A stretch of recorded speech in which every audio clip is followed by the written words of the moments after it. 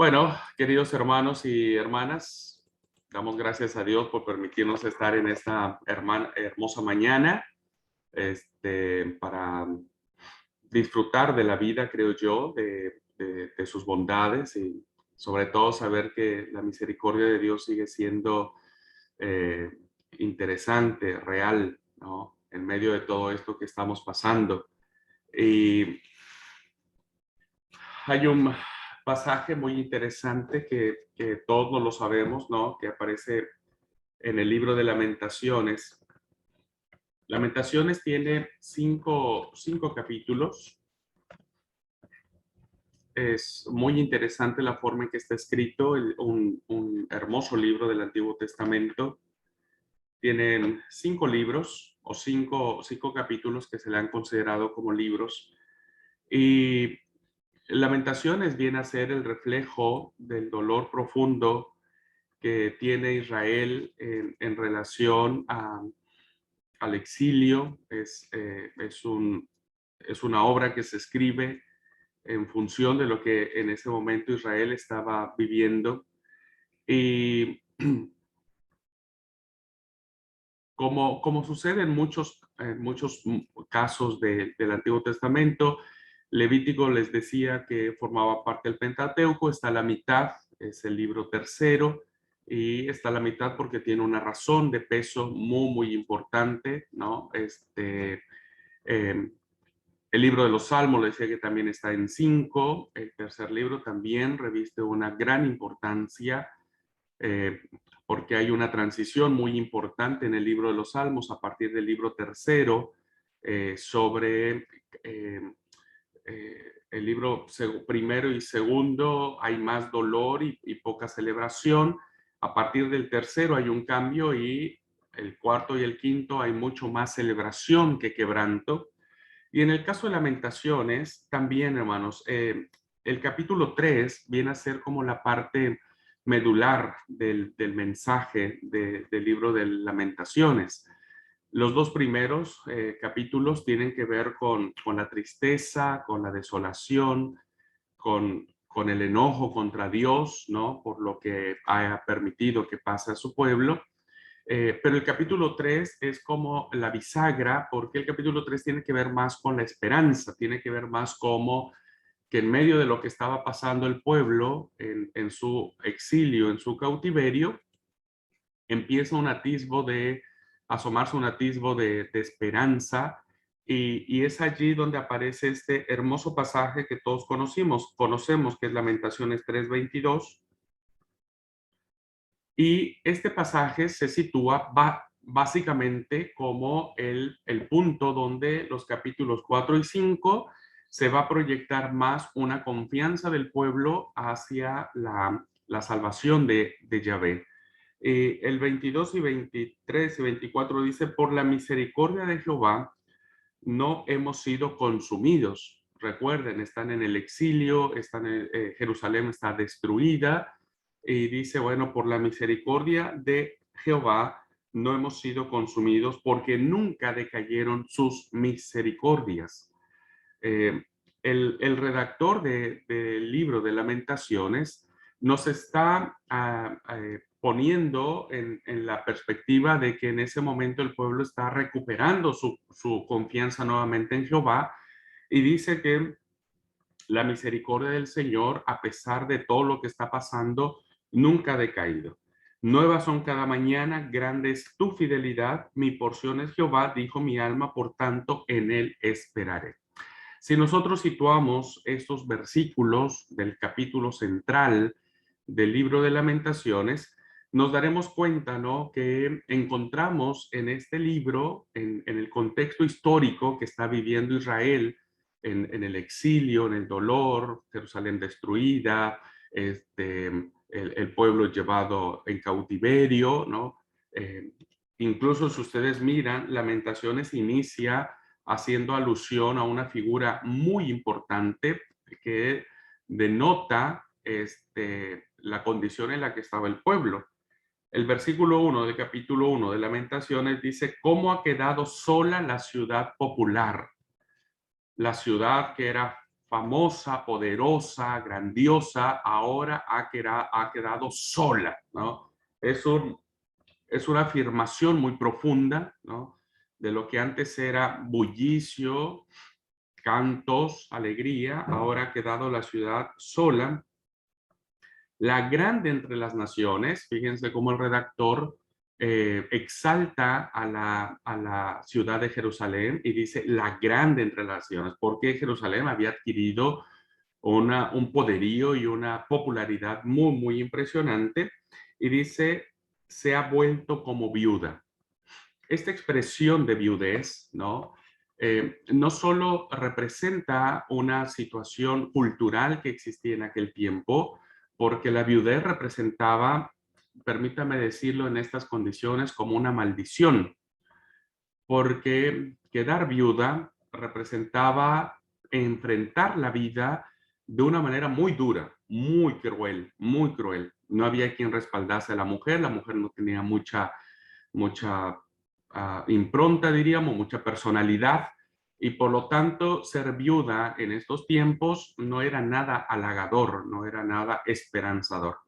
Y entonces dice, ha vuelto como viuda, la señora de provincias ha sido tributaria, es decir, ahora la que antes recibía, ahora esta gran ciudad da, ahora tiene que darse a sí misma, ahora tiene que pagar impuestos, ahora tiene que depender de otros. Si nosotros contrastamos, hermanos, el versículo 1 del capítulo 1 de Lamentaciones con el capítulo 3, versículos 22 y 24, podemos notar que hay un cambio muy interesante de el sentir del redactor o de quien estaba encarando esta situación que vivía Israel, ¿no? Y hay un giro muy impresionante de lo que significa confiar en el Señor. He traído a colación de manera muy breve esta alusión a uno de los libros del Antiguo Testamento para resaltar la importancia que tiene la realidad que hoy vivimos. Hoy muchos de nosotros podemos estar situados en el versículo 1 del capítulo 1 de Lamentaciones. Muchos de nosotros como cristianos hemos vivido situaciones muy dolorosas, que nos hemos sentido solos, ¿no? Que hemos sentido que en algún momento lo teníamos todo y de la noche a la mañana Jehová nos quitó todo, ¿no? O que podríamos llegar a ese punto, podríamos llegar a sentirnos como Job, ¿no? De decir, bueno, no sé qué hice mal, finalmente Dios quitó todo de mí. Y hoy en medio de todo esto, del dolor, del quebranto, de la enfermedad, de la pandemia, de la situación económica, muchos de nosotros podemos sentirnos sin esperanza, ¿no? Básicamente nuestro vocabulario hoy es, la verdad que no sé si esto vaya para bien. Siempre hay un dejo de, de desesperanza, siempre hay un suspiro de decir, y no sé, che, la cosa está difícil, la cosa está complicada, no alcanza. Siempre hay ese sentimiento de sentirnos desolados, de sentirnos tributarios, ¿no? Principalmente los que creemos que, bueno, Dios está a nuestro lado y nos bendice. Pero es interesante cómo mirar en este texto muy antiguo, se sitúa en el 500, más o menos. Lamentaciones se sitúa en el contexto del exilio babilónico, 586, 587 al 570, algo así, muy antiguo. Nos recuerda la misma situación que hoy nosotros tenemos. Cuando ustedes lean este pasaje de Lamentaciones 3, 22 al 24, sitúenlo siempre en el contexto más trágico y más doloroso que puedan tener en su vida. Sitúenlo siempre en el sentimiento de que todos los seres humanos pasamos en algún momento en la vida, y disfruten este pasaje a la luz de la esperanza, ¿no? Eh, Capítulos 3 y 4 pueden leerlos. La verdad que se apunta más, ya hay lágrimas, pero parece ser que las lágrimas ya tienen un destello de esperanza. Y bueno, quise iniciar esta clase aduciendo este texto muy antiguo del libro de Lamentaciones, ubicándolo en su contexto, qué es lo que está pasando, qué sentimientos está habiendo entre el pueblo y cómo empieza a desarrollarse el sentido de la esperanza, el sentido de decir, Dios no nos va a dejar porque es nuestra porción, es nuestra fuerza. Y me parece que es aquí, hermanos, donde radica el hecho de que si conocemos el contexto en el cual está escrito el texto sagrado, si nosotros ubicamos en su justa dimensión qué hechos históricos, sociales, culturales, políticos existían al momento de la redacción del texto, podemos encontrar la riqueza del mismo y hoy podríamos hacer una interpretación, una hermenéutica, una exégesis del texto bíblico. Y como decía el pastor Ausencio ayer, podríamos hacer afirmaciones teológicas correctas, ¿no? Correctas. No se trata de hacer teología o de acercarnos al texto bíblico para tratar de entender lo que querramos, sino todo tiene una razón de ser. Y me parece que el conocer este, esto que está sucediendo tras bambalinas del texto bíblico a nosotros nos ayuda un montón. Así es que Lamentaciones es un muy buen libro hoy, hermanos, para predicar. Es un muy buen libro hoy para traer a la memoria de la iglesia, pocas veces leído, ¿no? Pocas veces predicado, pocas veces explorado. Pero hoy me parece que Lamentaciones en medio de todo esto que estamos viviendo, ¿no? Trae un mensaje donde dice que el amor de Dios no se marchita. El amor de Dios no termina, ¿no? Por su misericordia no hemos sido consumidos. Y me parece que hay un excelente e increíble material para poder traer esperanza hoy al mundo que está buscando este destello de decir que el Señor estará con nosotros y nos bendecirá. Bueno. Vamos a seguir, hermano, vamos a terminar entonces el recorrido histórico muy general que plantea el trasfondo de los libros del Antiguo Testamento. Nos ubicamos ya hasta donde nos quedamos en el reino de Salomón. Encontraremos las historias de Salomón como tal en los libros de los reyes y principalmente en los libros de las crónicas.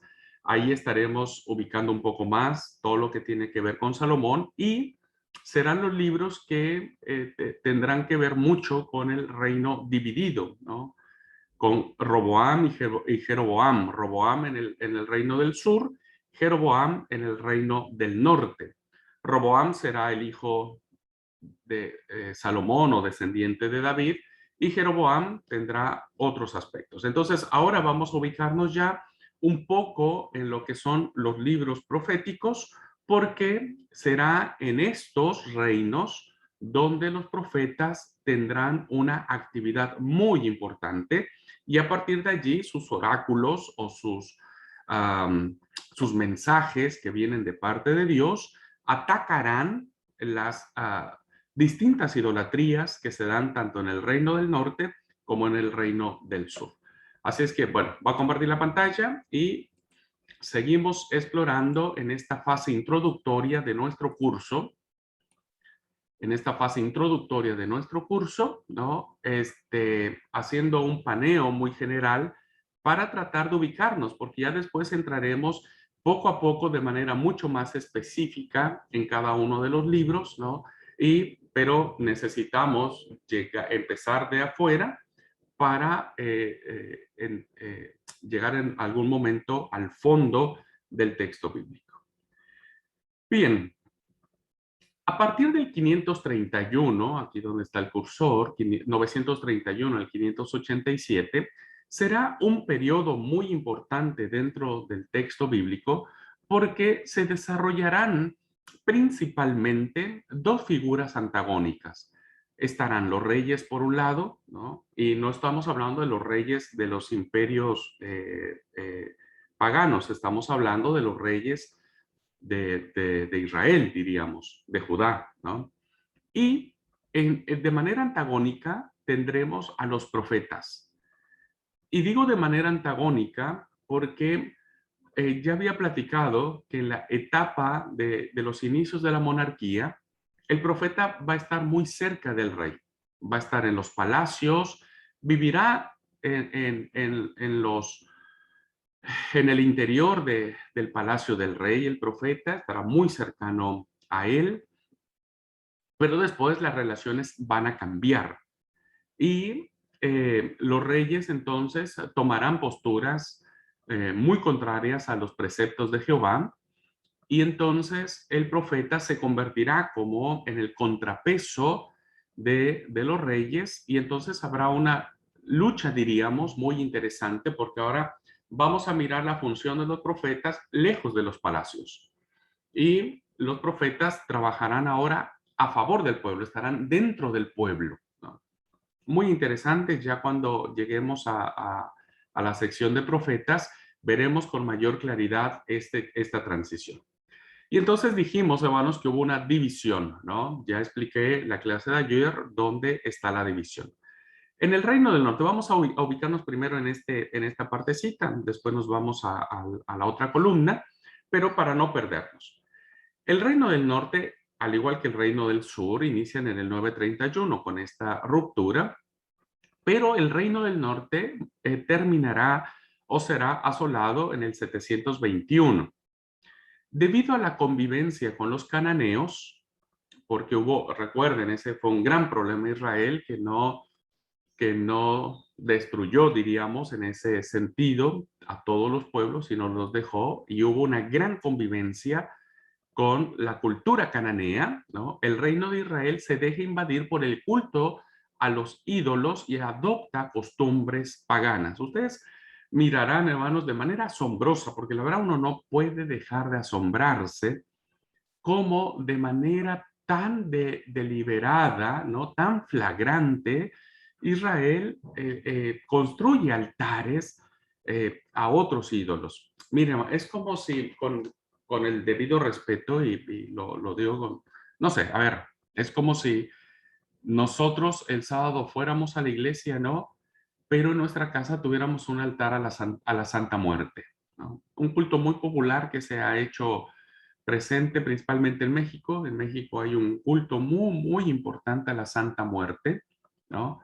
Y entonces, imagínense que nosotros vamos el sábado a la iglesia, le cantamos a Dios, pero llegando a casa tenemos un altar impresionante con un montón de ídolos que tienen que ver con la calavera, con los ritos de la Santísima Muerte. Y sería inconcebible que alguien pudiese hacer eso, ¿no? Sería inconcebible. Pero créanme que eso es lo que hizo que no sé si podríamos plantearlo en estos términos, ¿no? Que el furor del Señor pudiese encenderse contra Israel. Creo que esta es una de las claves hermenéuticas que nos va a servir a nosotros para hacer una correcta teología. Cuando hablamos del furor de Dios, el castigo de Dios hacia Israel, siempre lo vemos desde la perspectiva de este Dios iracundo, ¿no? Del Dios enojado, el Dios que se enoja parece ser que sin sentido. Pero me parece que una clave hermenéutica muy interesante es reconocer que quienes tomaron la decisión de levantar altares a dioses falsos, ¿no? Fue Israel. Nunca lo hizo Dios, ¿no? Bien, entonces en el Reino del Norte van a tener una actividad profética muy importante, Elías, Eliseo y Oseas. Estos profetas, Elías y Eliseo, no tienen un libro como tal, diríamos, no está el libro del profeta Eliseo o el libro del profeta Elías, ¿no? Sí tenemos el libro del profeta Oseas, que está dentro de los 12 profetas menores. Pero Elías y Eliseo tranquilamente podremos ver su actividad en el libro de los reyes, ¿no? Y entonces, cuando ustedes lean los hechos de Elías, los hechos de Eliseo, siempre sitúense hacia arriba, ¿no? Hacia el reino del norte, donde atacarán principalmente al culto de Baal. Baal será uno de los grandes dioses, ¿no? Que estarán presentes dentro del culto del pueblo de Israel. Oseas también entonces va a hacer sus oráculos, su profecía en relación a los pecados que estas 10 tribus gobernadas por inicialmente por Jeroboam,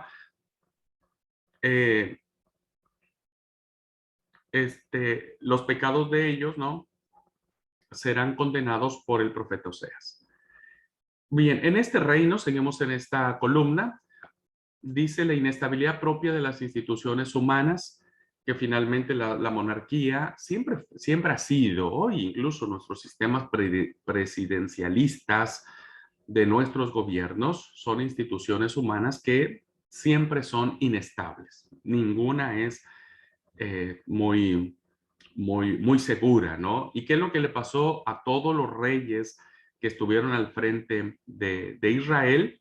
Bueno, hubo numerosos golpes de Estado con cambios de dinastía, ¿no? Muchos golpes de Estado. O sea, es que lo que hoy sucede en Venezuela, lo que hoy sucede en en otros países donde hemos escuchado que hay golpes de Estado, bueno, ya había en la época de Israel.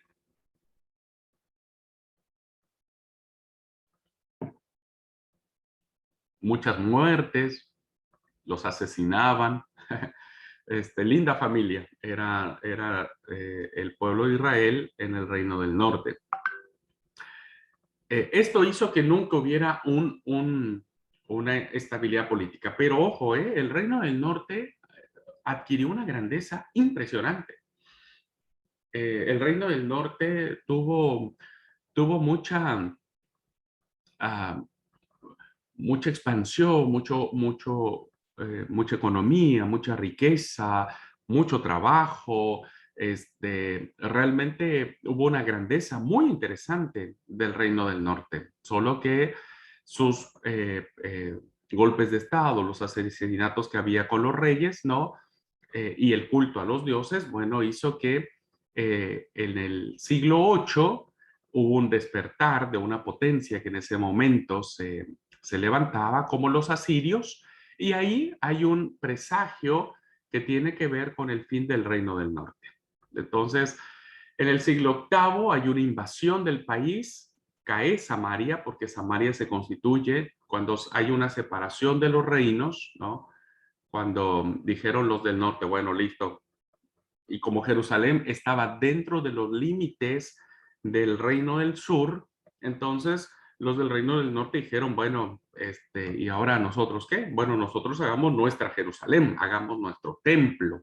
Y construyen, hubo algunos cambios del templo, ¿no?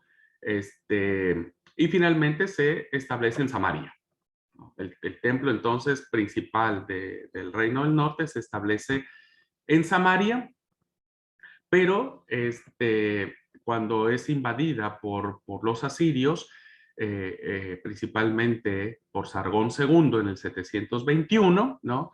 Hay una deportación de una parte de la población a Nínive. La gran mayoría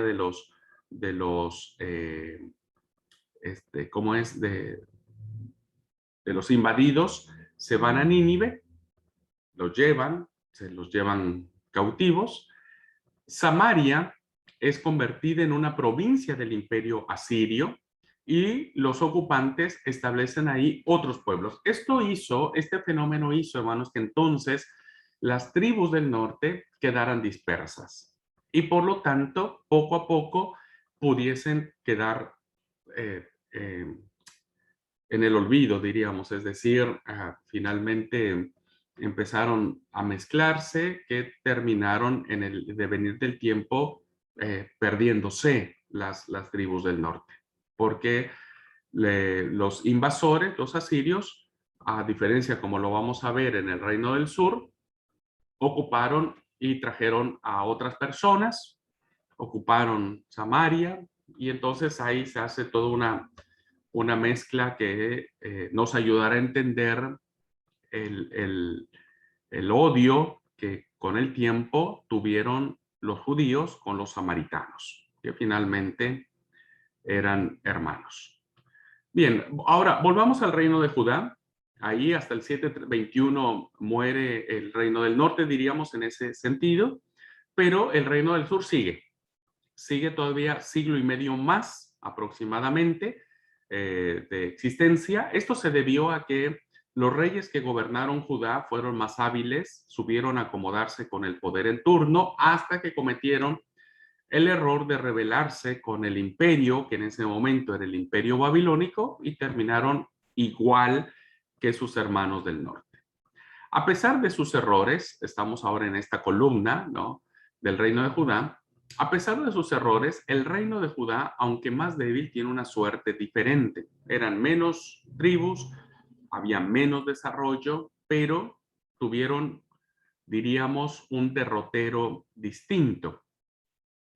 Aquí se va a establecer una teología muy interesante por parte del Reino del Sur, y será que la teología es que el Reino del Sur se mantiene con vida, diríamos, se mantiene en pie, eh, sus hermanos del norte ya no están, y lo hacen con un pensamiento de decir, bueno, porque nosotros nos hemos mantenido fieles a la descendencia davídica y por lo tanto Dios sigue estando con nosotros, ¿no? Ese siempre fue como la teología que protegió la identidad de este pueblo, ¿no? O de este remanente del pueblo. Y entonces ellos siempre mantuvieron en el trono a los descendientes de David.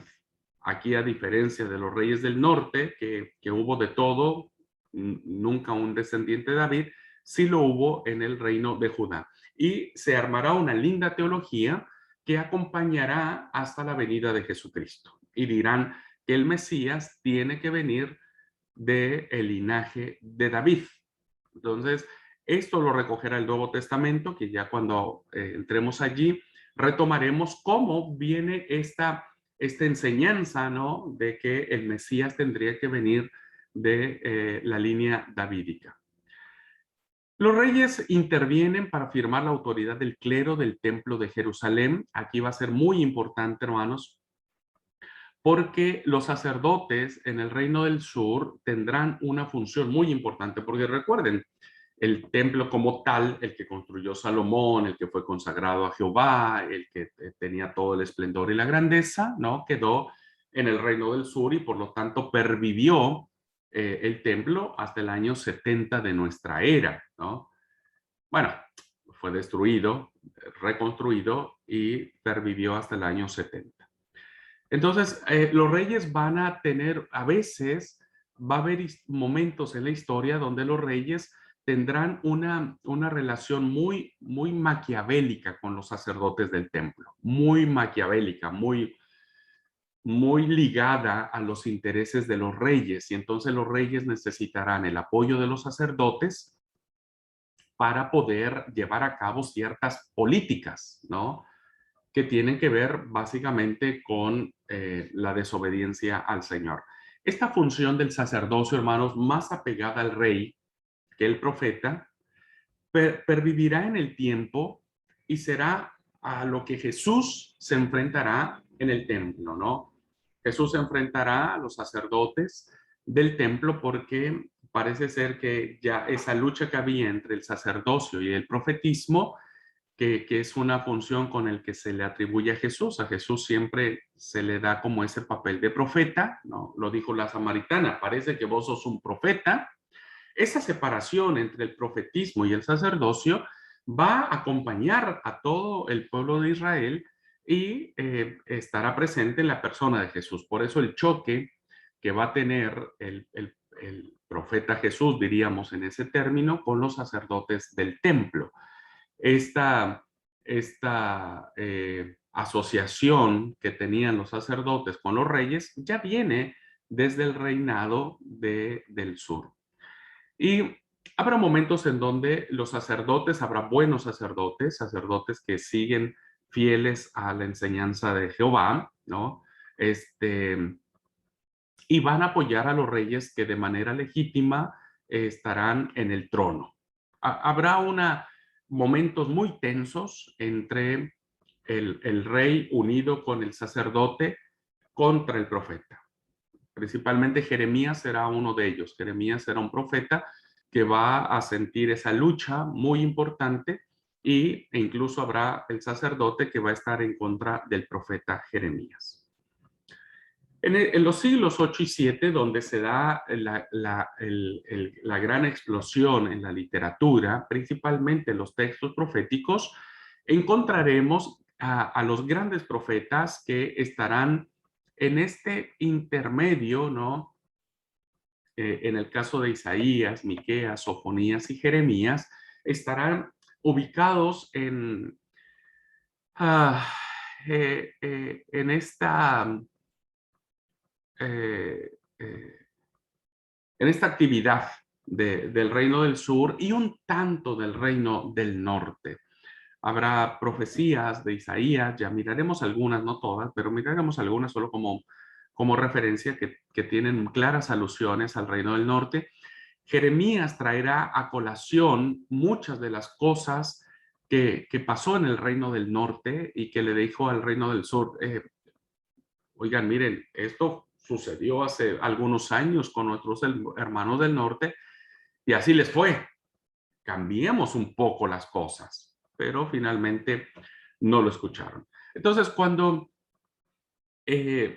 ubiquemos a estos profetas, ubiquémoslos siempre en esa coyuntura que existía entre el reino del norte, que ya no existía como tal, pero que había grandes recuerdos de ellos y que se enuncian en los profetas.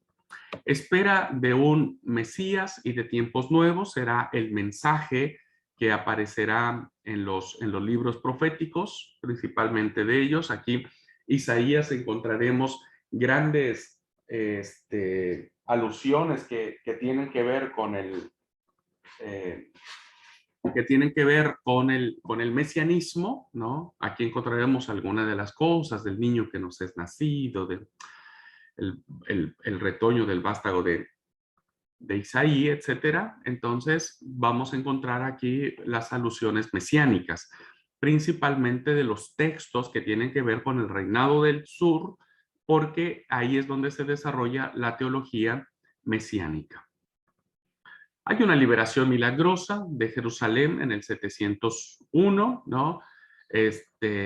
Nuevos embates del paganismo, hay una reforma de Josías. Josías representará uno de los reyes más importantes del reino del sur, a diferencia de su papá Amón, de su abuelo Manasés.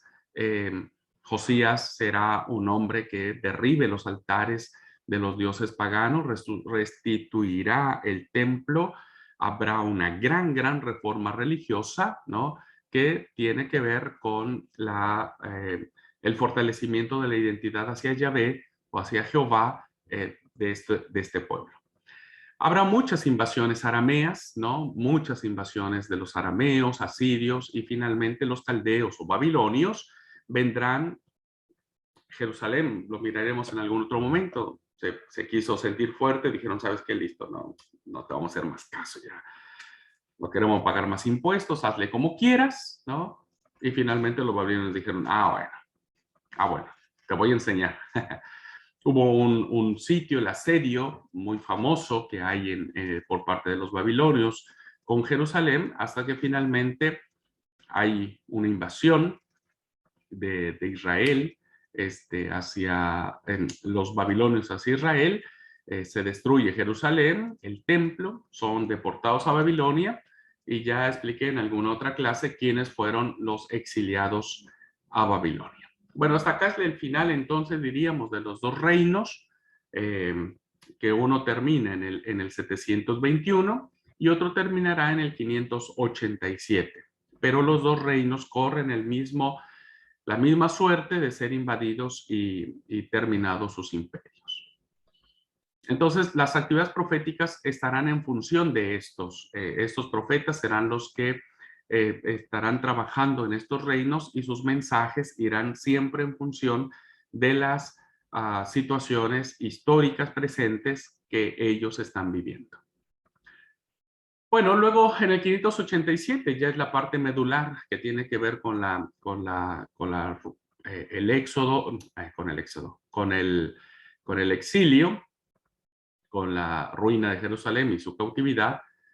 La ruina de Jerusalén y el templo pone la fe a prueba. Es muy importante esto, ya expliqué en algunas clases la impronta que tiene este suceso histórico en la psicología de Israel.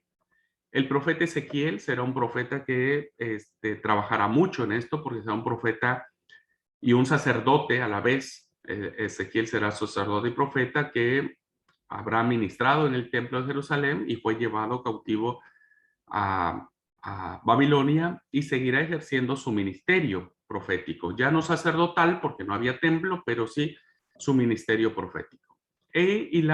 El libro de Ezequiel afirmará a los deportados que Dios está con ellos en su tierra de exilio. Entonces Ezequiel se convertirá en un portavoz de esperanza para los que viven en el exilio. Si se convierten, Dios los restablecerá en su país. Fue el mensaje que el profeta decía. Necesitamos dejar de tener ídolos o dioses falsos y acercarnos solo a Dios. El segundo Isaías, como lo veremos cuando lleguemos a este gran profeta, se divide, hay tres redactores del libro de Isaías, pero el segundo Isaías, que aparece a partir del versículo 40, si no mal recuerdo, eh, abre nuevas perspectivas. Las humillaciones de Israel eran parte del plan de Dios para prepararlo a una misión universal. Estos pasajes de Isaías a partir del capítulo 40 hablarán sobre la universalidad de la salvación de Jehová. Es muy importante esto. Solo lo dejo allí para tener muy claro. Fíjense cómo la misión que hoy nosotros tenemos, ¿no?, de compartir el evangelio a todas las naciones, tiene que ver con el mensaje del segundo Isaías respecto de no sentirnos exclusivistas, que a veces hemos caído en el pecado de Israel. Nos sentimos exclusivistas de la salvación y nos sentimos que nadie más va a poder entrar a la salvación si no es por nuestros lentes. El segundo Isaías nos dice, Dios hizo todo esto para prepararnos para que la salvación pueda ser alcanzada a todas las naciones de la tierra. Por eso Mateo, en su gran pasaje de la comisión de la iglesia, dice, y hagan discípulos a todas las naciones. Y cuando habla de todas las naciones, está hablando a todos los pueblos, a todas las lenguas.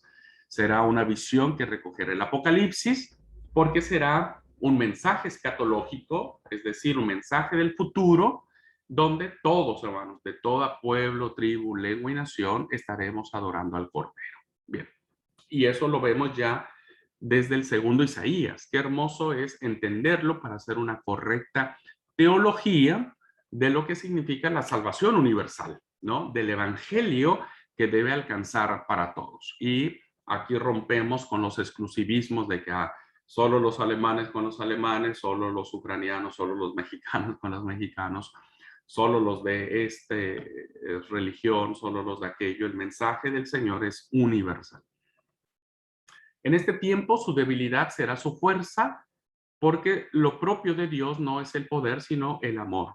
Muchos de los que vuelven del exilio olvidan este mensaje y solo pensarán en restablecer el antiguo reino de David. Eso lo miraremos, hermanos, en los libros de Esdras, Nehemías. El pueblo olvidará lo que pasó en el exilio y dirá, no, necesitamos recuperar otra vez la gloria que tuvimos en el primer templo, en aquellas épocas, y necesitamos trabajar en eso. Y se olvidaron el carácter de Dios de alcanzar a todas las naciones para la gloria de Jehová. En el 538 hay tres personajes importantes, que es Ciro, el gran emperador persa, el triunfo de Ciro el persa sobre las diversas potencias del Oriente Medio y creación de un enorme imperio. Los persas vencen a los asirios y empieza a haber un proceso de expansión y de dominio muy importante. Dueño de Babilonia ahora, por ser ahora el pueblo conquistador, Ciro autoriza a las poblaciones deportadas, porque Babilonia tuvo mucho eso, hubo muchas conquistas, muchas deportaciones de otros pueblos, y hace que estos pueblos que han sido esclavizados vuelvan a sus tierras. Aquí entran entonces los judíos que vuelven a Jerusalén con muchos y empiezan a reconstruir la ciudad y el templo. Y digo muchos porque también ya expliqué que no fueron todos los que vuelven a Jerusalén. Fue bajo la influencia de Esdras, ¿no?, el representante del emperador persa, que se realiza una obra importante donde se va a volver a instaurar el sentido de pertenencia o de identidad en el pueblo de Israel. Se fija en forma casi definitiva el texto de la mayoría de los Antiguos Testamentos, principalmente la Torá o los 5 libros de la Biblia. Ya vimos en la clase de Historia de la Biblia la importancia que tuvo para el pueblo tener o afianzar principalmente la Torá. El clero, es decir, los sacerdotes van a ocupar una situación dominante en la sociedad porque se vuelve a construir el templo, se restablece el sistema de los sacrificios y los sacerdotes vuelven a tener gran importancia. El país, provincia persa, ha perdido su independencia política, pero los sacerdotes y guardianes y servidores del único templo mantienen la unidad del pueblo de Dios. Igual no serán independientes los judíos, pero hay una gran tolerancia por parte de los persas y eso hace que el sistema del templo funcione. Y ahí va a agarrar una fuerza muy importante el templo, muy importante los sacerdotes, que acompañará hasta la época de Jesús. Bien, hasta aquí, hasta este punto, hermanos, es donde Esdras Nehemías tenemos como conocimiento del bíblico canónico, diríamos, de lo que pasa con Israel. A partir de la época helénica que tenemos acá con los griegos, nosotros ya no tenemos un texto dentro de nuestro canon bíblico que nos relate qué es lo que sucedió en ese periodo. Tendríamos que ir entonces o recurrir a la Septuaginta para poder apreciar en términos históricos los libros deuterocanónicos, porque los libros deuterocanónicos estarán presentes en este periodo, ¿no?, que son libros que se escriben en griego y por lo tanto ese será el valor que representarán los libros como los Macabeos, que será maravilloso entender las guerras de los Macabeos que tiene que ver con todo eso. Alejandro, que ahora viene el siguiente imperio, ¿no?, derrota a los persas, el rey de Macedonia, lleva sus ejércitos a la conquista del imperio persa y después de derrotar a los ejércitos de Darío, sus hazañas expansionistas de Alejandro el Grande fueron muy importantes, aunque su reinado fue muy corto, ¿no?, pero la verdad es que logró muchas conquistas y el imperio griego se expandió.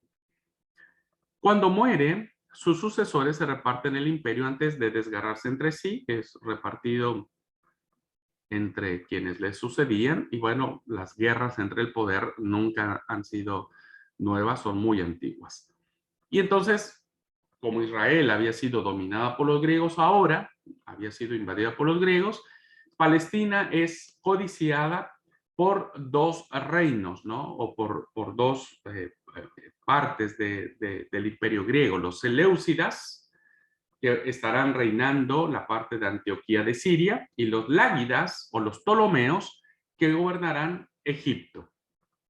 Habrá una codicia entre los 2 reinos para ver quién se queda con Jerusalén.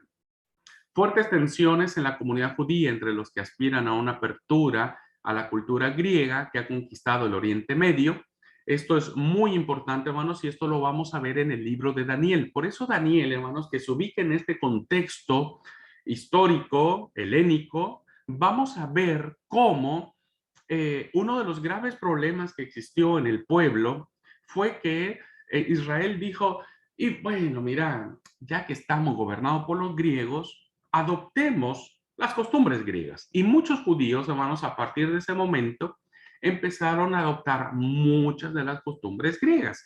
Es decir, eran judíos piadosos que observaban la Torá, que observaban la ley, pero que en su trato con la gente de sus negocios, traían la vestimenta griega, la cultura griega, el sentado griego, las discusiones griegas, en fin, adoptan mucho. Y eso hubo una gran tensión entre los judíos más conservadores o más ortodoxos, que decían, no, no, no, parad, nosotros tenemos que mantener siempre nuestra identidad, con los judíos que dijeron, bueno, vamos a aflojar un poco.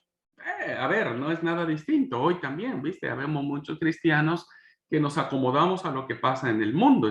Y bueno, ¿qué tanto es tantito? ¿No?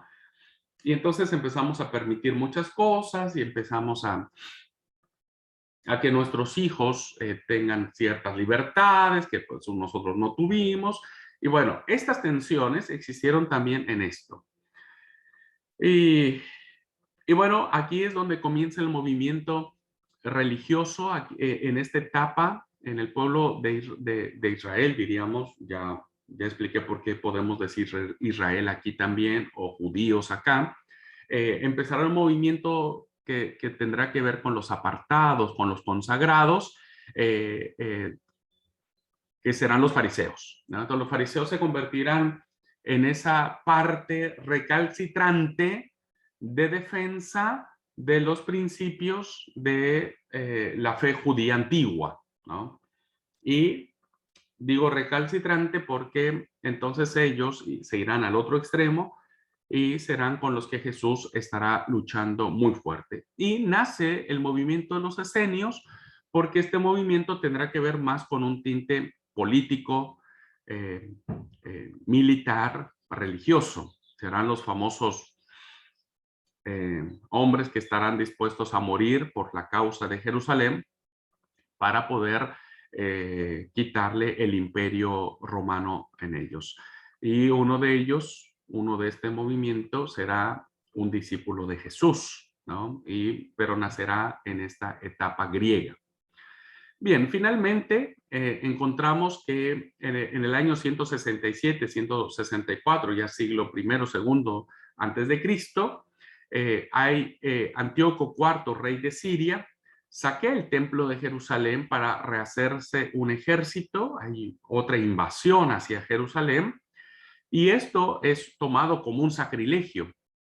Este sacrilegio es una afrenta religiosa muy, muy fuerte que se hace contra el templo, y la persecución que lo acompaña suscita una rebelión por el sacerdote Matías con sus hijos Judas Macabeo, Jonatán y Simón. Esos son los famosos macabeos, que lucharán contra esto, se levantarán en armas. Interesante la historia de los macabeos, porque serán como los guardianes de sus costumbres, ¿no? Y entre los fariseos y los macabeos habrá una lucha muy, muy fuerte. Ganan los fariseos porque esos son los que se mantienen. Hay muchas luchas encarnecidas de los judíos por su independencia política y religiosa. Los judíos nunca han dejado, hasta la fecha no siguen peleando por su independencia. Simón, el sumo sacerdote y rey, inaugura la dinastía de los asmoneos que es un poder religioso y político que se une bajo una sola cabeza. Sigue habiendo esta dinastía de los asmoneos, donde habrá que el más grande de ellos, el rey más grande de la dinastía de los asmoneos, era Herodes el Grande. Herodes, el que tendrá un papel muy importante en el Nuevo Testamento en relación al personaje de Jesús, a la persona de Jesús, perdón. Hace revivir el ensueño del gran reino de David y se aprovecha en este tiempo la decadencia del reino sirio, ¿no? Y empieza siempre una especie de conquistas, queriendo, bueno, esa identidad nacional. Por eso es que los judíos nunca hubo muchas revueltas, mucho. Flavio Josefo da testimonio de muchos levantamientos, ¿no? De Teudas, por ejemplo, que es uno de los personajes que recoge el Nuevo Testamento. Teudas, ¿no? Un personaje reaccionario, un personaje que convocó a muchos para poder destruir a los romanos, etcétera. En fin, siempre hubo esa parte bélica de los, de los judíos, diríamos, ¿no? Hasta aquí nosotros ya no tenemos inspiración, digamos, inspiración divina, inspiración canónica del texto bíblico. De esto lo sabemos gracias a los libros extrabíblicos, pero también a los libros apócrifos que ya platicamos. Y finalmente, hermanos, en el 63, Grecia y los asirios quedan reducidos y ahora serán el Imperio Romano quien tomará el papel principal de dominio en el mundo conocido. El romano Pompeyo aprovecha la pelea de los dos hermanos asmoneos, tanto Hircano como Aristóbulo, pretendientes al trono para imponer la ley de Roma en el país. Y bueno, siempre cuando hay conflicto entre los reyes, el más divide y vencerás fue una de las grandes premisas de la cultura del Imperio Romano: divide y vencerás. Después de perseverantes intrigas, Herodes el Grande, que se casa con una asmonea. Herodes, aunque es descendiente judío, él trató de irse por este lado, ¿no? Los asmoneos. Elimina a sus rivales y se hace nombrar rey por Roma. Y entonces hay un reinado tiránico por parte de Herodes. Los sumos sacerdotes del templo son obrados por el poder. El poder ahora toma como rehén a los sacerdotes del templo. Ya no lo son de forma vitalicia, sino es ya por intereses políticos, donde hay un partido llamado los saduceos que tendrán un papel muy importante en las decisiones que se toman en el templo. Los esenios con los celotes, ¿no? Vendrán a ser esta... Eh, eh, hace rato hablaba acerca de los esenios. No, realmente los esenios, hermanos, fue como una de apartados. Tanto los fariseos como los esenios tienen la función de ser apartados, consagrados. De hecho, los esenios fueron los que se encontraron en las cuevas de Qumran. No eran los terroristas eran los celotes o los celotas. Y los esenios eran los que vivían un movimiento de santidad, diríamos, si se puede llamar así. Y son los que tienen ahora una gran importancia porque sus escritos aparecieron en las cuevas de Qumran. Bueno, en esta época están los celotas, que mantienen un terrorismo contra el Imperio Romano, porque bueno, hay impuestos muy grandes, exorbitantes, hay eventos sociales y naturales muy fuertes como hambrunas, cesantías, grandes trabajos para absorber la mano de obra. Y bueno, Herodes es uno de los grandes visionarios. Fue un rey muy tirano, pero también que impulsó muchísimo la tecnología, ¿no? Que hizo muchas cosas muy importantes en cuestión de ingeniería. En el año 19 a.C., y Herodes inicia los trabajos de renovar el templo, hace una renovación, a una expansión del templo, lo hace sumamente hermoso, sumamente maravilloso el templo, y muere 2 años antes de que el Señor Jesús naciese. Aquí hay una discusión un poco acerca de esto, pero ya lo tocaremos cuando hablemos del Nuevo Testamento. Y en el año 4 antes de Cristo, la muerte de Herodes, hay estos son los acontecimientos que acompañan, ¿no? Básicamente a Jesús niño, a Jesús bebé. Hay violentos disturbios a la muerte de Herodes el Grande. El emperador Augusto encarga la Judea a Arquelao y a su hermano Herodes Antipas, y a su hermano, perdón, Herodes, a Galilea y a Perea. Al ver los romanos el gobierno pésimo de Arquelao, porque Arquelao era muy débil de carácter, era muy pavo, perdón la expresión, entonces le quitan el reino que le quitan a Judea, le quitan esa parte, ¿no? Lo exilian a Arquelao, y encargan al gobernador de Siria la administración directa de Judea. Y bueno, aquí hay muchos eventos que tienen que ver con terrorismo zelota en Galilea, hay fuerte represión por parte del imperio. Hay una obra muy buena, hermanos, muy buena, es uno de mis libros favoritos, que se los recomiendo, la verdad, a quienes les guste la novela y un tanto la ficción, pero muy, muy, muy buena. Es un bestseller incluso, ¿no? Un bestseller. Yo ese libro lo he leído mínimo 10 veces, fíjense. Mínimo lo he leído 10 veces y es un libro muy, muy, muy grande. Además, no es corto el libro, pero de Taylor Caldwell, que se llama El Gran León de Dios. El Gran León de Dios, y que tiene que ver mucho con estos eventos que se suscitan y hace un paralelismo muy interesante con la vida de Saulo de Tarso, que tiene que ver la obra con Pablo, básicamente, pero que toma muchos hechos históricos que sitúan el nacimiento de Jesús, el nacimiento de Pablo, muy parecidos, ¿no? Muy ahí a la par, y todos estos eventos son básicamente narrados de manera magistral a través de este libro. Se los recomiendo, quien lo quiera buscar, no lo tengo en digital, sino con todo gusto se los compartiría, pero así se llama, El Gran León de Dios, de Taylor Caldwell. Eh, la verdad es fascinante, fascinante, fascinante. Es uno de mis libros que me enamoré de ese libro y se los recomiendo. Bien, entonces, hasta aquí, hermanos, un panorama, insisto, muy general de los sucesos que acompañaron el devenir del tiempo de este pueblo y que hicieron posible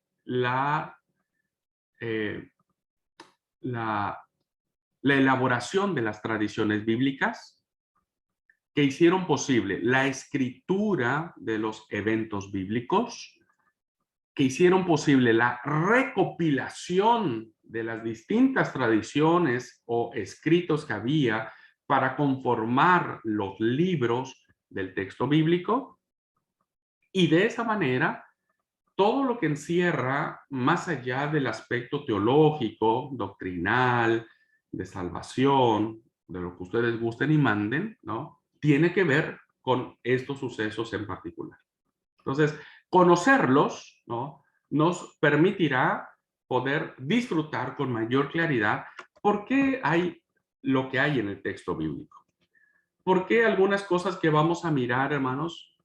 Porque yo no puedo entrar a meterme a la materia de introducción al texto bíblico planteando algunas interrogantes muy interesantes que nos plantea el texto sin conocer este contexto, porque nos ayudará a resolver algunas de las cosas o nos dará algunas claves hermenéuticas para poder interpretar correctamente lo que sucede en el Antiguo Testamento. ¿Ok? De ahí los libros sapienciales como Job. Job, ¿a dónde lo ubicamos? ¿Qué estaba pasando cuando se escribió el libro de Job? ¿Qué mensaje quería darse?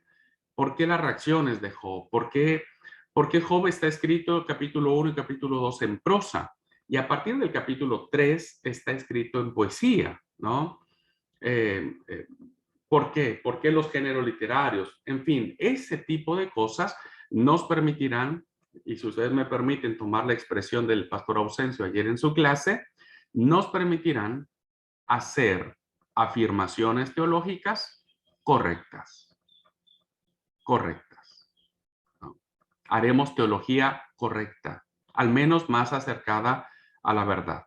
Y de ahí la importancia de conocer siempre tanto el Antiguo Testamento como lo vamos a ver en el siguiente curso, el Nuevo Testamento. ¿Alguna pregunta hasta aquí, hermanos, antes de cerrar la clase? ¿Alguna duda que tengan de esto? Yo voy a compartir este documento que vimos ahora, lo voy a subir a la plataforma para que lo tengan y puedan leerlo con mayor detenimiento.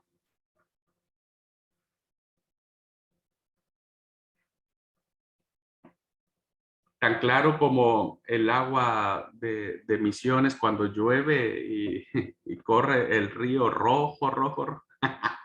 Así de claro. Así me quedó. Así me quedó. Ah, buenísimo. Buenísimo, ya. Liti. Buen día a todos. Pastor, tengo una duda. Tengo una duda porque estuve anotando un poco y creo que me hice lío, ¿no?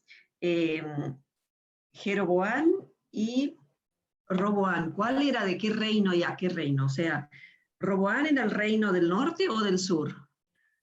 Sí, bueno, esos nombrecitos, viste que ya a mí también a veces se me hace un matete entre que uno y el otro. ¿Quién era quién? O sea, ahora lo señalo, pero lo anoté y no. Roboam es el reino del sur, Roboam. Roboam. Roboam es el del reino del sur, viene de la línea davídica, hijo de Salomón. Ajá, ok. Y Jeroboam Del norte. es del reino del norte. Ok.